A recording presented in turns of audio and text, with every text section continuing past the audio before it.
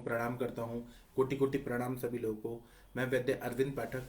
आप लोगों को मैं आज जो मूत्र कृच्छता करके पेशेंट हमारे पास आते हैं उसके बारे में मैं चर्चा करूंगा, और कुछ ग्रंथों से अलग कुछ प्रैक्टिकल चीजें मैं मूत्र कृच्छता से रिलेटेड आप लोगों से शेयर करने के लिए आया हूँ। मूत्र कृच्छता के पेशेंट हमारे पास आते हैं प्रैक्टिस में, तो हम लोग मूत्र कृच्छता को अगर हम लोग देखते हैं तो इसमें स्त्रोतोरोध जन्य संप्राप्ति रहती है मूत्र संस्थान में।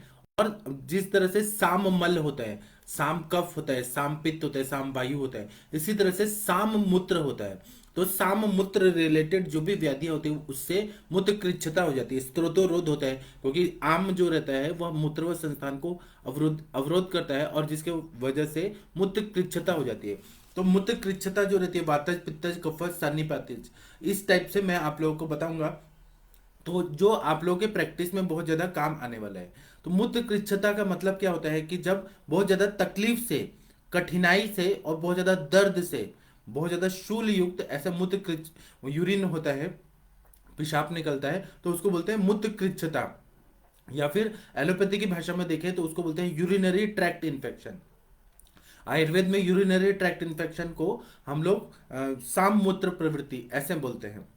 यूरिनरी ट्रैक्ट इन्फेक्शन अगर देखें तो ये ज्यादातर बैक्टीरियल इन्फेक्शन होता है, और इसके वजह से कोई भी यूरिनरी ट्रैक्ट में, किडनी में भी इस पे इन्फेक्शन हो सकता है, यूरेटर्स में भी हो सकता है, यूरिनरी ब्लैडर में हो सकता है, यूरेथ्रा में भी हो सकता है। ये एक तरह से बैक्टीरियल इन्फेक्शन ही होता है।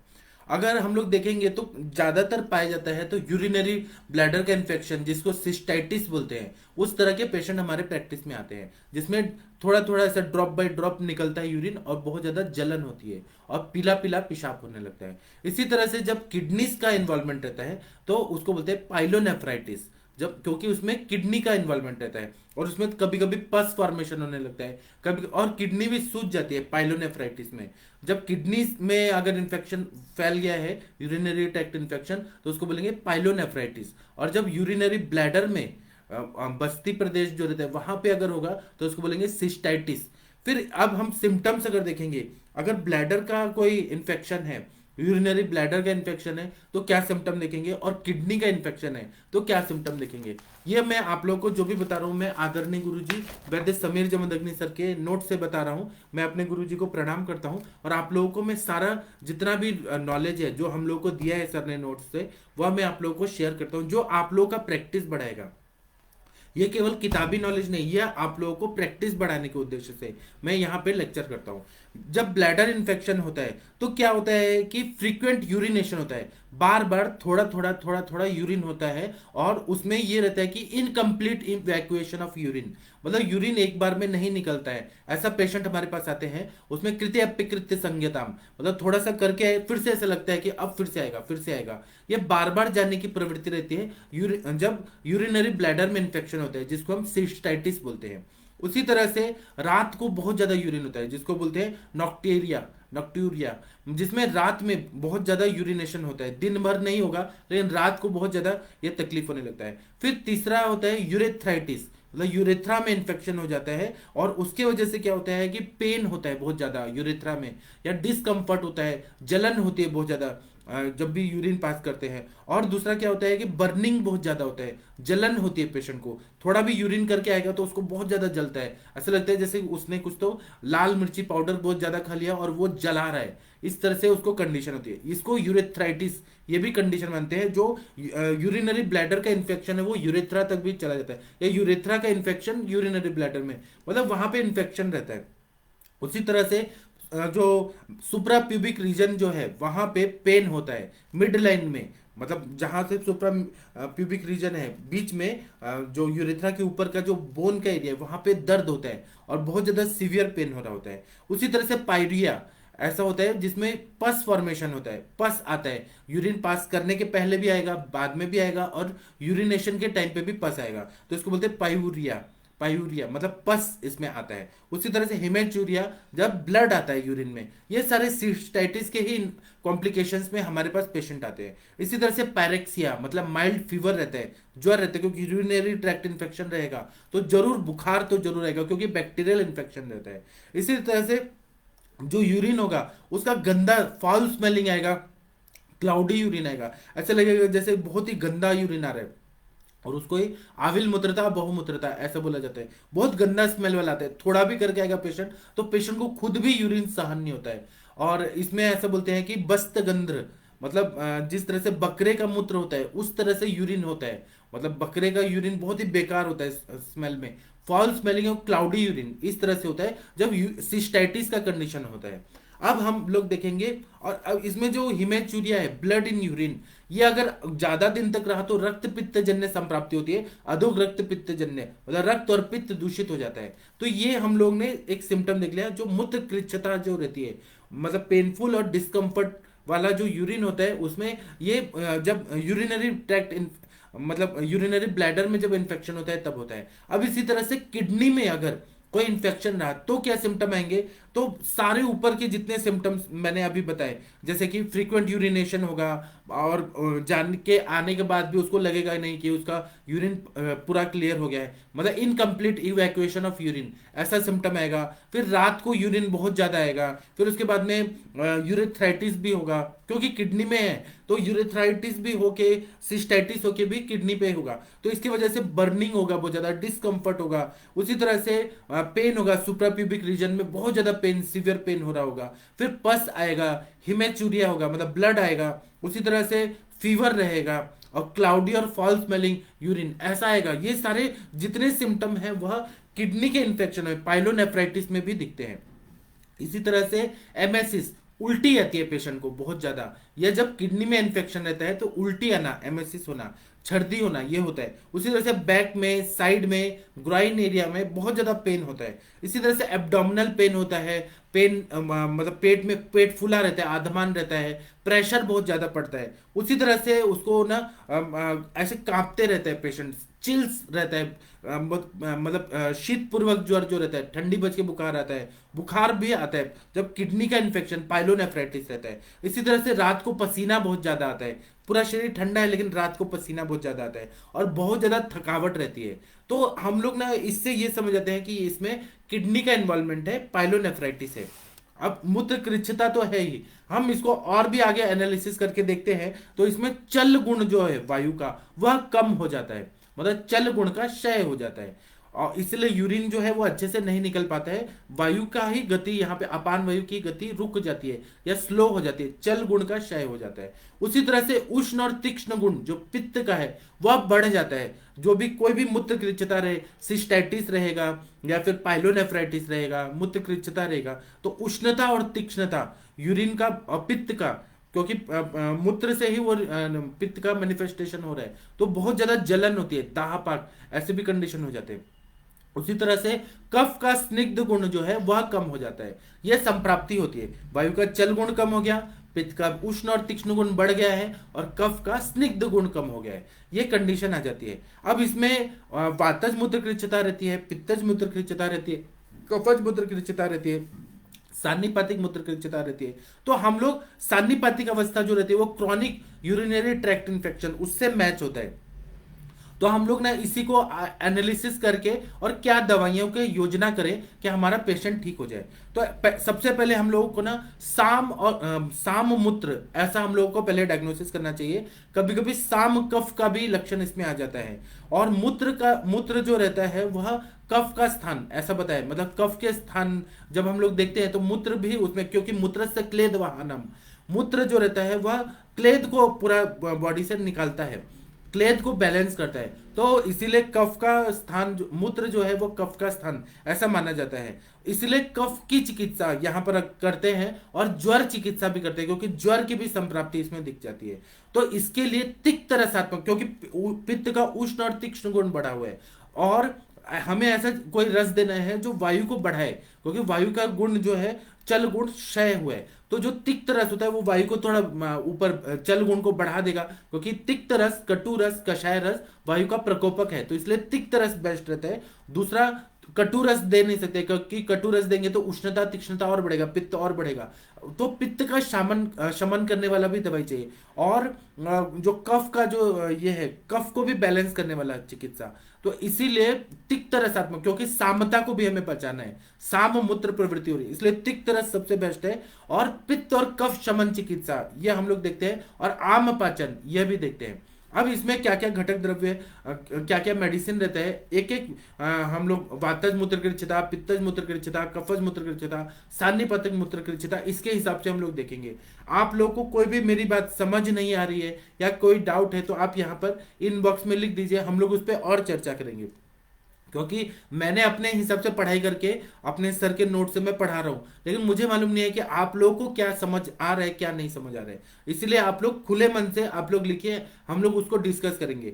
तो अभी वातज मूत्र कृच्छता के पेशेंट आते हैं जिसमें यूरिन जो होता है बहुत ज्यादा दर्द, मतलब बहुत ज्यादा शूल युक्त मूत्र कृच्छता रहती है, बहुत ज्यादा पेन होता है और थोड़ा थोड़ा ही यूरिन हो रहा होता है। तो उसमें वृहत्यादि कषायम जो आता है वो 45 ml सुबह 45 ml शाम को, ये अगर देते हैं खाने के पहले तो वह वातज मूत्र कृच्छता में बहुत अच्छा फायदा होता है। इसी तरह से सुकुमार कषायम 45 ml सुबह 45 ml शाम को खाने के पहले देने से बहुत अच्छा फायदा होता है। फिर वीर तरादि कषायम, वीर तरादि गण जो है यह अपने सुश्रुत संहिता में लिया है, उसके जो जो मेडिसिन मिलते हैं वह सबका काढ़ा बना के, और वीर तरादि गण का कषाय मार्केट में भी मिलता है, साउथ की कंपनियां बनाती है, वो अगर दे दिया जाए फ्रेश बनाए तो ज्यादा फायदा करता है। 45 ml सुबह 45 ml शाम को यह अगर दे दिया जाए तो बहुत अच्छा फायदा होता है। इसी तरह से अमृत आदि कषायम जो है 45 ml सुबह 45 ml शाम को, क्योंकि हमें तिक्त रस का प्रयोग करना है। तो इसमें अमृतादि कषाय में क्या क्या घटक द्रव्य है, तो अमृता है मतलब गुडुचि है, शुंठी है, आमलकी है, आरगवद है और गोक्षुर है। ये इतना बढ़िया काम करता है अमृत आदि कषायम। मैं फिर से बताता हूं, इसमें गुडुचि है, शुंठी है, आमलकी है, आरगवद है और गोक्षुर है। या अमृत आदि कषायम अगर देते हैं तो वातज मूत्र कृच्छता में बहुत अच्छा फायदा होता है। इसी तरह से कासनी केराई करके एक दवाई आता है। फिर ऐसे बहुत सारे दवाइयां आती है, कासनी का अर्क आता है, उसका अगर प्रयोग कर दिया जाए तो बहुत बढ़िया काम करता है। इसी तरह से दुर्वा का स्वरूप, दुर्वा का कषाय अगर हम लोग प्रयोग करें वातज मूत्र कृच्छता में बहुत अच्छा फायदा करता है, क्योंकि वो पित्त का भी शमन करता है, वायु का भी शमन करता है, कफ का भी शमन करता है। इसलिए दुर्वा कषाय 45 ml सुबह 45 ml शाम को, दूब जो रहता है उसका कषाय देने से बहुत अच्छा फायदा होता है। इसी तरह से गोक्षुर आदि चूर्णम का प्रयोग करते हैं। फिर एरवारू बिजादी चूर्णम, इसका प्रयोग करते हैं 5-5 ग्राम की मात्रा में, 5-5 ग्राम अगर देते हैं सुबह शाम तो बहुत अच्छा फायदा होता है। इसी तरह से गोक्षुर आदि गुग्गुल का प्रयोग बहुत अच्छा होता है। सुदर्शन वटी, अगर ज्वर है, वातज मूत्र कृच्छता है और बहुत ज्यादा थोड़ा थोड़ा पेनफुल अगर मिक्चुरेशन हो रहा है, पेनफुल और डिस्कम्फर्ट वाला मिक्चुरेशन हो रहा है तो उसमें सुदर्शन, और अगर फीवर है तो सुदर्शन वटी, फिर गोक्षुरादि गुग्गुल, इसका 2-2 गोली सुबह शाम खाने के पहले दे दिया जाए तो बहुत अच्छा फायदा होता है। इसी तरह से वायु का चल गुण को हमें ठीक करना है और रुक्ष गुण को ठीक करना है और शूल को कम करना है। तो हमें क्या करना है, वायु पे काम करने के लिए सुकुमार घृतम है 15 ml सुबह 15 ml शाम को, अगर हम सुबह शाम दे दे तो बहुत अच्छा फायदा होता है। फिर वस्त्याम अश्मंतक कषायम घृतम, वस्त्या अश्मंतकम घृतम, इसका कषाय का भी प्रयोग कर सकते हैं लेकिन घृत का भी बहुत अच्छा फायदा होता है। वृत्यादि घृतम घृतम, उसका प्रयोग भी अगर करें 15 ml सुबह 15 ml शाम को तो बहुत बढ़िया काम करता है। इसी तरह से लेहम में जो वायु शामक लेहम है तो शतावर्यादि लेहम, इसका प्रयोग करते हैं, वातज मूत्र कृच्छता में बहुत अच्छा फायदा होता है। इसी तरह से हम लोग अगर अवपीड़क स्नेह दे मूत्र कृच्छता में 25 ml सुबह 25 ml शाम, मतलब खाने के पहले 25 ml 25 ml खाने के बाद, अब 2 टाइम अगर दे, मतलब 100 ml तक गाय का घी अगर दे दीपन पाचन के साथ में, तो वह अवपीड़क स्नेह बहुत अच्छा काम करता है। या फिर बस्ती दे दे हम लोग, बस्ती में हम लोग जैसे क्षीरबला तेल का बस्ती दे दे या दशमूल तेल का बस्ती दे, तो वातज मूत्र कृच्छता में बहुत अच्छा श्रेष्ठ वीर मूत्र प्रवृत्ति जो बोला जाता है वह अच्छे से होने लगता है, पेन कम हो जाता है और पेशेंट को स्निग्ध गुण से के वजह से वातज जो संप्राप्ति हुई है वह कम हो जाता है, पेशेंट को बहुत अच्छा होता है। इसलिए क्षीर बला तेल, शुद्ध बला तेल, बलाश्वगंधादि तेल, चंदन बला लाक्षादि तेल, ये सब जब हम तेल का बस्ती देते हैं, मात्रा बस्ती देते हैं तो बहुत अच्छा फायदा होता है। नस्य का भी करने से बहुत अच्छा फायदा होता है। इसलिए वातज मूत्र कृच्छता में घृतपान और तेल का बस्ती श्रेष्ठ है। इसके बाद में आता है एक तारकेश्वर रस करके, एक आप लोग को मालूम होगा, तारकेश्वर रस का भी प्रयोग अगर हम लोग करते हैं, एक गोली सुबह शाम कोई भी काढ़ा के साथ, गोक्षुरादि काढ़ा के साथ अगर दे दिया जाए तो तारकेश्वर रस भी वातज मूत्र कृच्छता में बहुत बढ़िया काम करता है।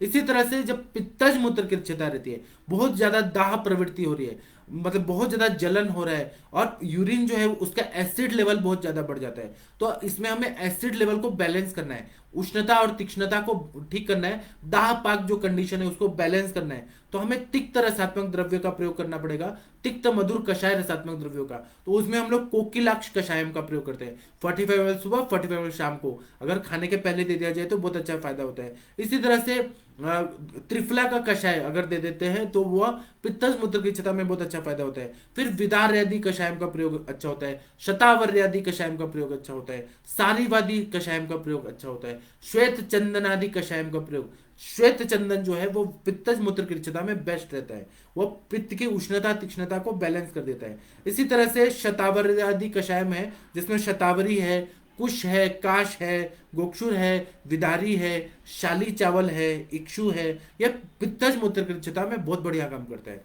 इसी तरह से आमलकी कषायम, आंवला का काढ़ा बना के अगर दे दिया जाए आंवला चूर्ण का तो उससे भी बहुत अच्छा पित्त मूत्र। हमें ये कॉन्सेप्ट ये ध्यान में रखना है कि पित्त को शमन करने वाले कौन से द्रव्य हैं, तो इसमें मधुर रस, तिक्त रस और कषाय रस। लेकिन आंवला जो है वो अम्ल रस होकर भी पित्त का शमन करता है। हरितकी भी जो रहता है वो पित्त का शमन करता है, तो हरितकी का भी चूर्ण प्रयोग कर सकते हैं, गुड़ूची का प्रयोग कर सकते हैं। जो भी ऐसे द्रव्य जो पित्त का शमन, या फिर नीम का पत्ता कहीं पर भी मिलता है पूरे भारत में, तो नीम का पत्ता का स्वरस निकाल के या उसका काढ़ा बना के अगर दे दिया जाए तो पित्तज मूत्र की क्षता में अच्छा फायदा होता है। या गन्ने का रस जो रहता है, इक्षु रस अगर दे दिया जाए तो बहुत बढ़िया काम करता है। इसी तरह से क्षीर कषायम जो रहता है, तृण पंचमूल को दूध में पकाकर और क्षीर पाक विधि से पकाकर और उसको दे दिया जाए तो तृण पंचमूल सिद्ध क्षीर पाक यह बहुत बढ़िया काम करता है। इसको हम 60 ml सुबह, 60 ml शाम को अगर हम लोग दे दे सुबह शाम तो बहुत अच्छा फायदा होता है। इसलिए इसी तरह से कदली कंठम स्वरसम, कदली जो आप लोगों को मालूम है केले जैसे ही पत्ते रहते हैं कदली का, उसका अगर हम लोग कषाय बना के दे तो बहुत अच्छा फायदा होता है। केले का जो बनाना ट्री रहता है उसका भी पत्तों का स्वरस बना के अगर काढ़ा बना के दे तो पित्तज मूत्र की क्षता में बहुत बढ़िया काम करता है। इसी तरह से दारू हरिद्रा का कषायम अगर हम लोग दे दे, या दारू हरिद्रा को हम लोग उसका जैसे तंडुलोदक के साथ दे दिया जाए। तंडुलोदक आप लोगों को पता है कि चावल लेना है 50 ग्राम और 1 लीटर पानी लेना है और उसको फुला देना है, भिगो के रखना है आधा घंटा 1 घंटा तक। चावल फूल जाएगा तो चावल का भात बनाने के लिए दे दीजिए, और वो जो पानी है उसमें मिश्री डाल के और दारू हरिद्रा के चूर्ण के साथ मिक्स करके पीने के लिए दे दिया जाए तो पित्तज मूत्र की क्षता में बेस्ट दवाई है। इसी तरह से एरवारू बीजादि चूर्णम करके एक आता है साउथ में, यह बहुत ज्यादा चलता है। इसमें एरवारू का सीड रहता है, फिर मनुक्का रहता है, दारू हरिद्रा रहता है। इसका प्रयोग अगर हम लोग करते हैं तो बहुत बढ़िया काम करता है। अगर ज्वर आ रहा है, पित्त मूत्र की क्षता है, ज्वर है तो सुदर्शन चूर्ण उसका प्रयोग करते हैं तो बहुत अच्छा फायदा होता है। इसी तरह से कुष्मांड जो रहता है, आगरे का पेठा जिससे बनता है, कुष्मांड का स्वरस, इसका प्रयोग अगर हम लोग करते हैं तो वह 25 ml सुबह, 25 ml शाम को ये जो रहता है कुष्मांड का स्वरस उसका प्रयोग करते हैं बहुत बढ़िया काम करता है। इसी तरह से गोक्षुरादि गुग्गुल का प्रयोग पित्तज मूत्र की क्षता में बहुत अच्छा रहता है। चंदनादि वटी का प्रयोग बहुत बढ़िया रहता है। ज्वर भी है तो सुदर्शन वटी का प्रयोग करते हैं। चंद्र प्रभा वटी का प्रयोग पित्तज मूत्र की क्षता में बहुत अच्छा होता है। इसी तरह से शतावर्यादि घृतम, क्योंकि इसमें पित्त का हमें शमन करना है तो शतावरी सिद्ध घृत जो रहता है बहुत बढ़िया काम करता है। इसी तरह से त्रिकंटकादि घृतम, इसका प्रयोग 15 ml सुबह, 15 ml शाम को इसका प्रयोग करते हैं तो जो पित्तज मूत्र की क्षता रहती है उसमें बहुत बढ़िया काम करता है। इसी तरह से शतावर्यादि लेहम, उसका प्रयोग करते हैं तो जो एसिडिक यूरिन है वो पूरी तरह से संप्राप्ति भंग हो जाती है और पेशेंट को बहुत अच्छा फायदा होता है। इसी तरह से सारीवाद्यासव है, चंदनासव है, उशिरासव है, सुदर्शनासव है, बहुत बढ़िया काम करता है। ये सारे जो पित्त शामक जो आसव है, सारीवाद्यासव, चंदनासव, उशिरासव, इसका प्रयोग हम लोग करते हैं 45 ml सुबह, 45 ml शाम को पानी के साथ देते हैं, खाने के बाद देते हैं तो पित्तज मूत्र की क्षता में बहुत अच्छा फायदा होता है। इसी तरह से पित्तज मूत्र की क्षता है तो शिलाजित रसायन का प्रयोग बहुत बढ़िया काम करता है। इसी तरह से यवक क्षार का प्रयोग 1-1 ग्राम सुबह शाम कोई भी काढ़े के साथ, गोक्षुरादि क्वाथ, वरुणादि क्वाथ, पुनर्नवादि क्वाथ के साथ करते हैं। यवक क्षार का प्रयोग करने से बहुत, क्योंकि एसिडिक यूरिन है, एसिड को बैलेंस करने के लिए हमें क्षार देना पड़ता है, अल्कलिनिटी बढ़ाना पड़ता है ताकि वो बैलेंस हो जाए, तो इसलिए यवक क्षार का प्रयोग करते हैं तो बर्निंग मिक्सचुरेशन जो है, सदाह मूत्र प्रवृत्ति है, वो पूरी तरह से ठीक हो जाता है। इसी तरह से कपूर जो रहता है, यूरेथ्रा के भाग में कपूर थोड़ा रख दे तो इससे क्या होगा कि मतलब यूरेथ्रा के पास रख दे तो इससे क्या होगा कि उससे ठंडक मिलेगी और जो मैकेनिकल ऑब्स्ट्रक्शन है यूरिन का वह दूर हो जाएगा, वहां के जो स्थान में जो इन्फेक्शन है वो ठीक हो जाता है। इसलिए कपूर रखना बहुत बढ़िया काम करता है पित्तज मूत्र की क्षता में। इसी तरह से कफज मूत्र की क्षता जब रहती है तो हम लोग वीर तरादि कषायम, कफज मूत्र कृच्छता में अल्प अल्प मूत्र प्रवृत्ति होती है और उसमें बहुत ज्यादा प्रोटीन आने जैसा होता है और बहुत मतलब उसमें भी तकलीफ हो रही होती है, लेकिन पेशेंट को हुरलास हो रहा होता है, उल्टी आ रही होती है, हुरलास हो रहा होता है, छर्दी आती है, शरीर बहुत ज्यादा जड़ पड़ता है, सर में दर्द हो रहा होता है और उल्टी का सिम्टम से हमें लोग पता चला, श्वास भी लगता है, तो हम लोग कफज मूत्र कृच्छता इसको डायग्नोज करें सार्वधायिक लक्षण के हिसाब से। तो उसमें वीर तरादि कषायम बहुत बढ़िया काम करता है, वरुण आदि कषायम बहुत अच्छा काम करता है, पुनर्नवादि कषायम बहुत अच्छा काम करता है, गोक्षुर शुंठी कषायम, क्योंकि गोक्षुर है मूत्र प्रवृत्ति भी अच्छा करता है, शुंठी है कफ का जो आवरण है उसको ये साम कफ को ठीक कर देता है, तो इस पेशेंट को बहुत अच्छा फायदा होता है। फिर कटक खदीर आदि कषायम इसका प्रयोग करते हैं तो बहुत अच्छा फायदा होता है। इसी तरह से अजाजी पतादी चूर्णम करके एक आता है, साउथ की कंपनियां बनाती हैं, उसका 5 ग्राम सुबह 5 ग्राम शाम को इसका प्रयोग करते हैं तो बहुत अच्छा फायदा होता है। हरितकी का चूर्ण जो रहता है, हिरडा का चूर्ण, हरितकी का चूर्ण, यह जो रहता है 2-2 चम्मच सुबह शाम शहद के साथ देते हैं तो कफज मूत्र कृच्छता में बहुत बढ़िया काम करता है। इसी तरह से चंद्र प्रभावटी, गोक्षुर आदि गुगुल 2-2 गोली सुबह शाम खाने के पहले दे दिया जाए तो बहुत बड़े, खाने के पहले इसलिए क्योंकि अपान क्षेत्र में हमें काम करना है तो बहुत बढ़िया काम करता है। इसी तरह से दशमूल हरितकी लेहम आता है, उसका प्रयोग अगर हम लोग 2-2 चम्मच सुबह शाम कर दें तो कफज मूत्र कृच्छता में बहुत बढ़िया काम करता है। इसी तरह से पुनर्नवासवम, अगर 45 ml सुबह 45 ml शाम को पुनर्नवासव का प्रयोग करें तो कफज मूत्र कृच्छता में बहुत बढ़िया काम करता है। इसी तरह से स्वर्ण वंगम, स्वर्ण वंग करके एक दवाई आता है, आप लोगों को पता है स्वर्ण वंग, वह 1 रत्ती सुबह या 2 रत्ती सुबह शाम अगर दे दिया जाए तो बहुत अच्छा काम करता है। इसी तरह से सान्निपातिक मूत्र कृच्छता जब रहती है तो सान्निपातिक में क्रॉनिक यूरिनरी ट्रैक्ट इन्फेक्शन रहता है, तीनों दोष का इन्वॉल्वमेंट रहता है, उसमें शूल भी रहता है मूत्र कृच्छता में, मतलब कठिनाई से यूरिन में रहता है, शूल भी हो रहा होता है, दाह भी हो रहा होता है और हुरलास भी हो रहा होता है, कफ के भी लक्षण दिखते हैं, तो इसमें गुड़ुच्यादि कषायम का प्रयोग करते हैं। क्रॉनिक यूटीआई, उसमें क्रॉनिक यूटीआई को सारे सिम्टम्स सान्निपातिक मूत्र कृच्छता से मिलते हैं, तो इसलिए हम लोग गुड़ुच्यादि कषायम 45 ml सुबह 45 ml शाम को अगर देते हैं तो बहुत बढ़िया काम करता है।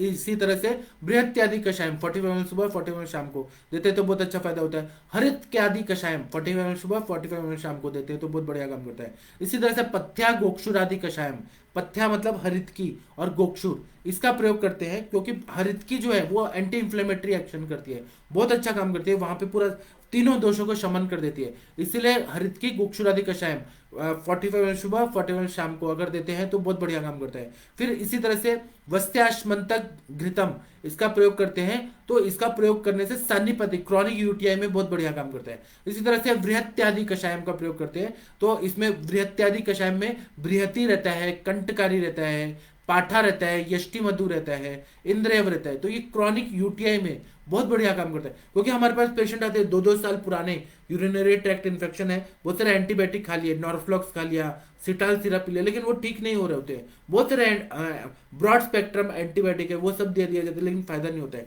लेकिन जैसे ही हम लोग उनको बृहत्यादि कषायम, जिसमें बृहति है, कंटकारी है, पाठा है, यष्टि मधु है, इंद्रव है, ये जब देते हैं तो बहुत बढ़िया काम करता है। इसी तरह से निशा आम्लक आदि चूर्णम, मतलब जो हल्दी रहता है उसको निशा बोलते हैं, और आम्ल की चूर्ण अगर हम लोग देते हैं तो क्रॉनिक से क्रॉनिक जो यूरिनरी ट्रैक्ट इन्फेक्शन है उसमें बहुत बढ़िया काम करता है। कभी भी आपके पास ऐसे पेशेंट है जिनका यूरिन कंट्रोल नहीं हो रहा है, उनको सिस्टाइटिस है या पाइलोनेफ्राइटिस है, तो आप हल्दी और आम्लकी का चूर्ण सुबह शाम दे दीजिए, बहुत बढ़िया काम करता है। इसी तरह से चंद्र प्रभावटी, चंद्र प्रभाव चाम स्तंभु निम्बम सुरदारव हरिद्रादि विषादारवी पिप्पली मूल चित्रकम, ये जो बताया ना चंद्र प्रभा में जितने, मैं श्लोक बाद में बताऊंगा, तो ये जितने चंद्र प्रभा के घटक द्रव्य हैं वह क्रॉनिक यूटीआई में बहुत बढ़िया काम करते हैं। इसी तरह से अब्रक भस्म का प्रयोग करते हैं शहद के साथ, 4-4 रत्ती की मात्रा में देते हैं सुबह शाम, तो बहुत बढ़िया काम करता है। इसी तरह से लौह भस्म का प्रयोग करते हैं तो वह क्या करता है कि क्रॉनिक यूटीआई में लौह भस्म को शहद के साथ अगर दे दिया जाए बहुत बढ़िया काम करता है। तो इसी तरह से, और यूरिनरी ट्रैक्ट इन्फेक्शन होने का कारण मूत्र वेग को धारण करके रखना, क्रॉनिक जो यूटीआई के पेशेंट आते हैं उसका ये हेतु रहता है, या पब्लिक टॉयलेट यूज करना, पानी कम पीना, या फिर बहुत ज्यादा स्ट्रेस रहना, आम ज्यादा संचित रहना, बहुत सारे हेतु रहते हैं। और वात पित्त कफ, इस हिसाब से हम लोग उसको पूरी तरह से डिफरेंशियल डायग्नोसिस करके फिर चिकित्सा करते हैं, तो बहुत अच्छा फायदा होता है। तो मैंने अपना जो शॉर्ट लेक्चर है इसमें मैंने वातज मूत्रकृच्छता, पित्तज मूत्रकृच्छता, कफज मूत्रकृच्छता और सान्निपतिक मूत्रकृच्छता यह बताने का कोशिश किया आप लोगों और मैं और बताऊंगा और बताते रहूंगा। मैं क्या करता हूँ कि नॉलेज जो है आप लोगों का, आप लोग सब पढ़े लिखे डॉक्टर हैं, विद्वान चिकित्सक है, लेकिन ये हम जो रोज रोज डिस्कस करते हैं ना, इससे क्या होता है कि हमारा नॉलेज अपग्रेड होता है। फिर जैसे ही पेशेंट आते हैं तो हमको क्लिक होता है कि हाँ ऐसा दवाई देंगे तो और अच्छा फायदा होगा। इसलिए आप लोग मेरा लेक्चर सुना करिए और हम लोग और भी चर्चा करेंगे ऐसे ही और कोई विषय पे। तो अभी मैं लेक्चर समाप्त करता हूँ। आप लोग के जो भी प्रश्न है वो आप इनबॉक्स में लिख दीजिए, मैं उसका उत्तर देने का कोशिश करता हूँ। आप लोग भारत के सर्वश्रेष्ठ चिकित्सक हैं, इसलिए मुझे प्राउड फील होता है आप सभी लोगों पे। आप लोग कभी भी हार नहीं सकते हैं, आप लोगों को तो बहुत अच्छा प्रैक्टिस करना है और पेशेंट को ठीक करना है। शिवम आयुर्वेद जी नमस्ते प्रणाम आपको। डॉक्टर पंडित परमानंद जी नमस्ते प्रणाम आपको। डॉक्टर सविता पेठे जी नमस्ते प्रणाम आपको। डॉक्टर संगमित्रा लोखंडे जी नमस्ते आपको भी, और हैप्पी रिपब्लिक डे आपको भी। डॉक्टर रितिका बाली जी नमस्ते प्रणाम आपको। डॉक्टर रितिका बाली जी बहुत दिन के बाद आप आई हैं, आपका स्वागत है यहाँ पर। अभी हम लोग इंटरेक्टिव सेशन करेंगे तो मैं आपको पासवर्ड और आईडी दे दूंगा, उसमें भी आप आइएगा। रितिका जी मुझे बहुत खुशी होगी दिल से। डॉक्टर विकास विश्वकर्मा जी नमस्ते प्रणाम आपको। डॉक्टर विकास विश्वकर्मा जी बहुत बढ़िया डॉक्टर हैं आप तो, संत कबीर नगर के। डॉक्टर लक्ष्मी मौर्य जी नमस्ते प्रणाम आपको। डॉक्टर वरुण कुमार जी नमस्ते प्रणाम आपको। डॉक्टर अरविंद जी बोल रहे हैं कि किडनी स्टोन की चिकित्सा, किडनी स्टोन की चिकित्सा तो मैं बार बार बताता ही हूँ, हजरल गेहूं में, भद्राश में चूर्ण है, त्रिविक्रम रस है, ये सब हम देते हैं। और उसके सामने गोक्षुरादि गुगुल है, चंद्र प्रभावटी है, वरुणादि कषाय है, फिर उसके बाद में पुनर्नवा गुगुल है, पुनर्नवादि कषाय, बहुत सारे दवाइयां हैं। वातज अश्मरी है, पित्तज अश्मरी है, कफज अश्मरी है, सान्निपातिक है, उसी हिसाब से हम लोग उसको डायग्नोस करके ट्रीटमेंट देते हैं, फिर ट्रीटमेंट चेंज हो जाता है। क्षार का, यवक क्षार का भी प्रयोग होता है, श्वेत परपट्टी का भी प्रयोग होता है। डॉक्टर परेश जी नमस्ते प्रणाम आपको। डॉक्टर राजकुमार धवन जी नमस्ते प्रणाम आपको। डॉक्टर अशोक जी नमस्ते प्रणाम आपको। डॉक्टर नवजोत जी नमस्ते प्रणाम आपको। डॉक्टर गौरव कौशिक जी बोले बहुमूत्रता की चिकित्सा बताइए, साथ ही पेट के निचले भाग में पीड़ा भी है। बहुमूत्रता, आविल मूत्रता, यह प्रमेह का प्रत्यात्म लक्षण है। आविल मूत्रता भी रहता है, बहुमूत्रता भी रहता है, तो आप प्रमेह की चिकित्सा करिए तो पेशेंट, और आम का पचन करिए। आम, क्योंकि आम के लक्षण में लिखा है कि बहुमूत्रता रहता है, आम का पचन करिए, प्रमेह की चिकित्सा करिए, पेशेंट को बहुत अच्छा फायदा होगा। पेट के निचले भाग में पीड़ा है वो भी ठीक हो जाएगा। डॉक्टर दिनेश पटेल जी नमस्ते प्रणाम आपको। डॉक्टर शिव द्विवेदी जी बोल रहे हैं कि गोक्षु और शुंठी बराबर मात्रा में, 100% समान मात्रा में दे दीजिए। डॉक्टर विनोद जैन जी बोल रहे हैं कि प्रोस्टेट एनलार्जमेंट कॉजेज मूत्रकृच्छता, देन व्हाट टू गिव। तो उसमें हम लोग प्रोस्टेट का एक सर का, हमारे सर का गुरु जी का फॉर्मूला है वो देते हैं, और इसमें हम लोग क्या करते हैं, प्रोस्टेट एनलार्जमेंट है तो प्रोस्टेट एक तरह से अश्मरी है, अश्मरी को समझ के और हम लोग क्या करते हैं कि वीर तरादि कषायम ये देते हैं, बहुत अच्छा फायदा होता है। फिर उसके बाद में वर्ण आदि कषायम का प्रयोग करते हैं। फिर गोक्षुरादि शुंठी कषायम इसका प्रयोग करते हैं। कटक खदीरादि कषायम, ये जो बिनाइन प्रोस्टेट एनलार्जमेंट रहता है, हाइपरट्रॉफी जब रहता है उसमें बहुत अच्छा फायदा करता है। पुनर्नवासम, स्वर्ण वंग का प्रयोग बहुत बढ़िया काम करता है प्रोस्टेट एनलार्जमेंट में। फिर ऐसे बहुत सारे, गोक्षुरादि गुगुल है, दशमूल हरित की लेहम, पुनर्नवासम, बहुत अच्छा। आपने एक बार मेरे को केस अच्छे से बताया, केवल मूत्रकृच्छता पूछ रहे हैं, प्रोस्टेट एनलार्जमेंट एंड मूत्रकृच्छता, तो इसलिए मूत्रकृच्छता का मैं इलाज बता रहा हूँ। प्रोस्टेट का आप मेरे को अच्छे से केस बताएंगे तो मैं और अच्छे से बता पाऊंगा। डॉक्टर वरुण कुमार जी नमस्ते प्रणाम आपको। डॉक्टर रंजीत गुप्ता जी बोल रहे हैं कि सर एक मरीज को खाना खाने के बाद वायु ऊर्ध्वगामी हो जाता है, चक्कर आना, अनकंफर्टेबल फील होता है, वायु अनुलोमन के लिए क्या दें? आप वायु के अनुलोमन के लिए हरितकी चुन लीजिए, अविपत्तिकर चुन लीजिए, षडधरण चुन लीजिए, और सबसे अच्छा है कि लंघन कराइए, कोष्ण जल या शुंठी सिद्ध जल या षडंग पानी पिला के लंघन कराइए, लंघनम परम औषधम, लंघन कराइए। जब पेशेंट को भूख लगे तब दीजिए, और ऊर्ध्वगामी हो रहे तो हिंगवाष्टक चुन दीजिए, दीपन पाचन हो जाए तो घृत पान कराइए, या फिर उनको स्नेह विरेचन कराइए, जैसे एरंड तेल आप डेली दे दीजिए। एरंड तेल देंगे तो वायु का भी शमन होगा, वायु का रुक्ष गुण शमन होगा, और रोज का रोज पेट साफ होने से अपान वायु भी निकल जाएगा, मल भी निकल जाएगा, तो पेशेंट को बहुत बढ़िया फायदा होगा। डॉक्टर शंकर प्रसाद जी नमस्ते प्रणाम आपको। तब भी अगर चक्कर आ रहा है तो एक ब्रह्महरि गण है हमारे सर के फॉर्मूला बुक में, देखिए उसमें निशोत्तर है, धमासा है और हरितकी है, जो ब्रह्महरि गण है उससे बहुत बढ़िया फायदा होता है। डॉक्टर शंकर प्रसाद जी नमस्ते प्रणाम आपको। डॉक्टर नितिन जी बोल रहे हैं कि वात पित्त पेशेंट में यूरिन ड्रॉप ड्रॉप होता है थोड़ा थोड़ा और नाइट फॉल भी होता है, तो क्या दें? जब यूरिन ड्रॉप ड्रॉप हो रहा है तो वही इन्फेक्शन की वजह से हो रहा है, मूत्र कृच्छता है। तो मैंने इतना सारा जो बताया वात पित्त वाला जो मैंने बताया वह गोक्षुरादि गुगुल है, चंद्र प्रभावटी है, फिर तृण पंचमूल का काढ़ा है, ये सब देने से बहुत अच्छा फायदा हो जाता है। और उनको यूरिन जो बोल रहे हैं नाइट फॉल भी होता है, नाइट फॉल हो रहा है तो इसका मतलब है कि वहां पे नसें कमजोर हैं, तो आप उसमें अश्वगंधा दे सकते हैं, मुसली दे सकते हैं, कपिकच्छु दे सकते हैं, शतावरी दे सकते हैं, गोक्षुर दे सकते हैं, शुंठी दे सकते हैं। यह सब जब देंगे तो नसें मजबूत हो जाएंगी और यूरिन जो है वो भी अच्छे से होगा। और गन्ने का रस अगर पिलाए तो दिन भर में पिला दे तो अच्छा होगा। अभी ठंडी के वर्षों में गन्ने का रस नहीं दे सकते हैं तो तंडुलोदक दीजिए। चावल को भिगो के रखिए पानी में, 1 लीटर पानी में, और वह चावल जब फूल जाए तो वो पानी पिलाने दे देंगे तो योर यूरिन ड्रॉप ड्रॉप हो रहा है वो ठीक हो जाएगा। और तब भी नाइटफॉल अगर हो रहा है तो पेशेंट का मनोविकृति है, तो मनोविकृति में उसको बोले कि जो पॉर्न वीडियोस, एडल्ट वीडियोस देख रहे हैं वह पूरी तरह से बंद करें और स्पोर्ट्स चैनल ज्यादा देखें। स्पोर्ट्स चैनल देखें या आध्यात्मिक हो जाए तब वो ठीक हो जाएगा। डॉक्टर ओम प्रकाश जी नमस्ते प्रणाम आपको। वैद्य आरती शर्मा जी नमस्ते प्रणाम आपको। शिवम आयुर्वेद जी बोल रहे हैं कि मूत्राघात का वीडियो बनाइए। जी जरूर मैं बनाऊंगा। डॉक्टर रूपल अग्रवाल जी बोल रहे हैं कि फीमेल्स में इन्फेक्शन रिकरेंस हो जाते हैं, मोस्टली क्रॉनिक हो जाता है, हाउ टू ट्रीट। अब देखिए फीमेल्स में पब्लिक टॉयलेट यूज करना या मूत्र वेग का धारण करना, क्योंकि सब जगह यूरिन पास करने के लिए शौचालय मिलता है ऐसा नहीं होता है। तब हम लोग इनको क्या करते हैं कि चंद्र प्रभावटी फिर गोक्षुरादि गुगुल यह देते हैं। और दूसरा पेशेंट को हमें बोलना है कि मूत्र वेग को धारण न करें। तब भी अगर वो कर रहे हैं तो गुडुच्यादि कषायम, मैं तो सारे जैसे रस पाचक है, पटोल इंद्र कुटकी है, रस पाचक, रक्त पाचक, ऐसे द्रव्य देता हूं जो तिक्त रसात्मक है। हरित के आदि कषायम का प्रयोग करते हैं, पाठा गोक्षुरादि कषायम का प्रयोग करते हैं।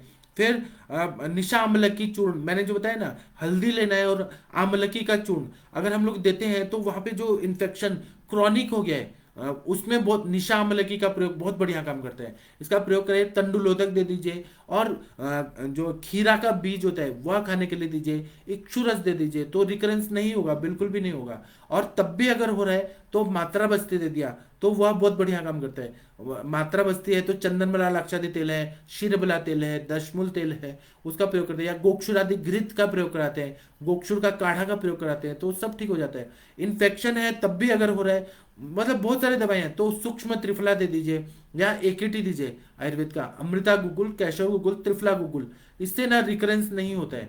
अभी रिकरेंस होने का हेतु भी निकालना पड़ेगा कि रिकरेंस क्यों हो रहा है, तो या फिर अनहाइजीनिक कंडीशन में जाके और यूरिन पास करें, क्या कंडीशन है उसको हिसाब से चिकित्सा बदल जाती है। Doctor Manisha ji happy Republic Day. Doctor Vinod Rawat ji नमस्ते प्रणाम आपको। डॉक्टर नितिन जी बहुत बढ़िया चीज पूछ रहे हैं, सर कोलाइटिस के पेशेंट का आयुर्वेदिक दवाई देने से ठीक हुआ लेकिन गुरु आहार नहीं पचा पा रहे हैं, एब्जॉर्प्शन बढ़ाने के लिए क्या दें, पित्तवात प्रकृति परपटी दे रहा हूं लेकिन ग्रहणी का बल नहीं बढ़ रहा है। तो इसमें कपर्दिका का जो रहता है, कपर्दिका इतना बढ़िया काम करता है। और पेशेंट को लंघन कराइए सर नितिन जी, आप अब उनको बोले कि जब तक भूख नहीं लगती है खाना नहीं देना है। वो आहार गुरु क्यों हो रहा है, क्योंकि अग्नि मंद है, अभी भी पक्वाशय में और ग्रहणी दृष्टि है, पक्वाशय में वायु है, उनको भूख लगने पर ही खाना देना है। और बाकी टाइम पे उनको सूप या जूस दे दीजिए और ज्यादातर ऐसा चीज दीजिए जो मतलब वो अग्नि को लघु रहे, लघु संतर्पक कारक आहार दीजिए, पेशेंट को बहुत अच्छा फायदा होगा। कपर्दिका बस जो रहता है या शंख भस्मी एब्सॉर्प्शन बढ़ाते हैं। सुधा कल्प जो रहता है, प्रवाल मुक्ता फल शंख शुक्ति कपर्दिका, प्रवाल पंचामृत भी बहुत अच्छा काम करता है। प्रवाल है, प्रवाल मुक्ता, मोती भस्म है, मोती पिष्टी है, शंख शुक्ति कपर्दिका, और इसमें सबसे अच्छा कपर्दिका है, वह एब्सॉर्प्शन एसिमिलेशन को अच्छा काम करता है। डॉक्टर रूपल अग्रवाल जी बोल रहे हैं कि फीमेल्स में यूरिन इनकंटिनेंस के लिए क्या दें। अगर यूरिन इनकंटिनेंस हो रहा है तो एक तो हेतु निकालिए और ऊपर से मैं अपने पेशेंट को नीम का काढ़ा दे देता हूँ, नीम का स्वरस दे देता हूँ और उसके साथ में चंद्रप्रभा गोक्षरादि दे देता हूँ, पेशेंट का यूरिन इनकंटिनेंस ठीक हो जाता है। डॉक्टर कैलाश चावला जी नमस्ते प्रणाम आपको। या धनिया और जीरा का फांट दे दीजिए, मतलब पानी गर्म करिए उसमें धनिया और जीरा डाल के और उनको पीने के लिए दे दीजिए। डॉक्टर विनोद गुप्ता जी बोल रहे हैं E coli infection urine treatment. E coli infection हो या कोई भी हो, कोई भी इन्फेक्शन है तो हम लोग क्या करते हैं, सूक्ष्म त्रिफला देते हैं, गोक्षुरादि गुगुल देते हैं, चंद्रप्रभावटी देते हैं, अमृता गुगुल, कैशोगो, त्रिफला, ये सारे एंटीबायोटिक ही हैं आयुर्वेद के। अमृता मतलब गुडुचि जो है ना वो बहुत बढ़िया काम करता है, इसलिए बला गुडुच्यादि कषायम या गुडुच्यादि कषायम बहुत अच्छा काम करता है। नीम नीम गुडुच्यादि कषायम, पटोल कटूर हंड्यादि कषायम, सारे तिक्त रसात्मक द्रव्य देते हैं, वह पूरे बैक्टीरिया को, ई कोलाई को, सबको मार देते हैं। डॉक्टर गगन अग्रवाल जी बोल रहे हैं 8 मंथ प्रेगनेंसी है, 1100 ग्राम वेट है बच्चा का, इसमें आप वेट बढ़ाने के लिए क्या दे सकते हैं? देखिए वेट बढ़ाना है तो IUGR अगर है तो उसमें स्वर्ण मालिनी वसंत बहुत बढ़िया काम करता है। आम अपचन के लिए आप लवण भास्कर चूर्ण दे दीजिए, या फिर आप आम पाचक वटी दे दीजिए, रस पाचक दीजिए या रक्त पाचक दीजिए, मतलब जो आम का पचन करे ऐसे द्रव्य दे, अजवाइन दे दीजिए, शुंठी दे दीजिए, त्रिकट्टू दे दीजिए, पंचकोल दे दीजिए, ये सारा आम पाचन करता है और सेफ दवाई है। हिंगवाष्टक चूर्ण दे दीजिए, अजमोदाती चूर्ण, दाढ़ी मास्टक चूर्ण, ये बहुत सेफ दवाई है। और वेट बढ़ाना है तो स्वर्ण मालिनी वसन, फर्स्ट ट्राइमेस्टर में लघु मालिनी वसन, सेकंड ट्राइमेस्टर में मधु मालिनी वसन, और थर्ड ट्राइमेस्टर में स्वर्ण मालिनी वसन। ये सेफ मेडिसिन है, ये देने से IUGR इंट्रायूट्राइन ग्रोथ रिटार्डेशन में बहुत बढ़िया काम करता है। और भी आपको ग्रोथ बढ़ाना है तो आप पेशेंट को गर्भपाल रस दे दीजिए, गर्भपाल रस, स्वर्ण मकर ध्वज, ये बहुत बढ़िया काम करता है।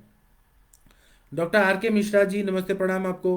डॉक्टर नितिन जी बोल रहे हैं कपर्दिक भस्म से छाले नहीं पड़ेंगे, बिल्कुल नहीं पड़ेंगे। अगर कपर्दिका भस्म बहुत अच्छा है, शुद्ध है, तो बिल्कुल छाले नहीं पड़ते हैं।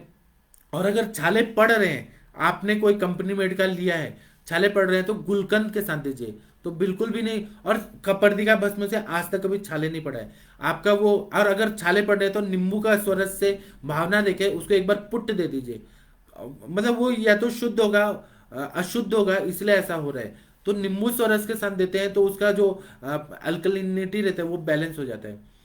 डॉक्टर लक्ष्मी जी बोल रही हैं कि दूध पापेश्वर की निशाम लगी आती है, उसको डायबिटिक पेशेंट में देने से उपद्रव को रोकने के लिए बताया। आपका बहुत सच बात है, निशामलकी का प्रयोग करते हैं डायबिटिक पेशेंट के लिए, बहुत बढ़िया काम करता है। और डायबिटीज में भी आविल मूत्रता, बहुमूत्रता, उसमें भी तो मूत्र से क्लेद वाहनम, मूत्र ही विकृत रहता है, इसलिए निशामलकी बेस्ट है। डॉक्टर विनोद गुप्ता जी नमस्ते प्रणाम आपको। डॉक्टर शशिकांत त्रिपाठी जी बोल रहे हैं चरण स्पर्श, आपको बहुत बहुत आशीर्वाद। डॉक्टर सुधीर साहू जी नमस्ते प्रणाम आपको। डॉक्टर रूपल अग्रवाल जी नमस्ते प्रणाम आपको।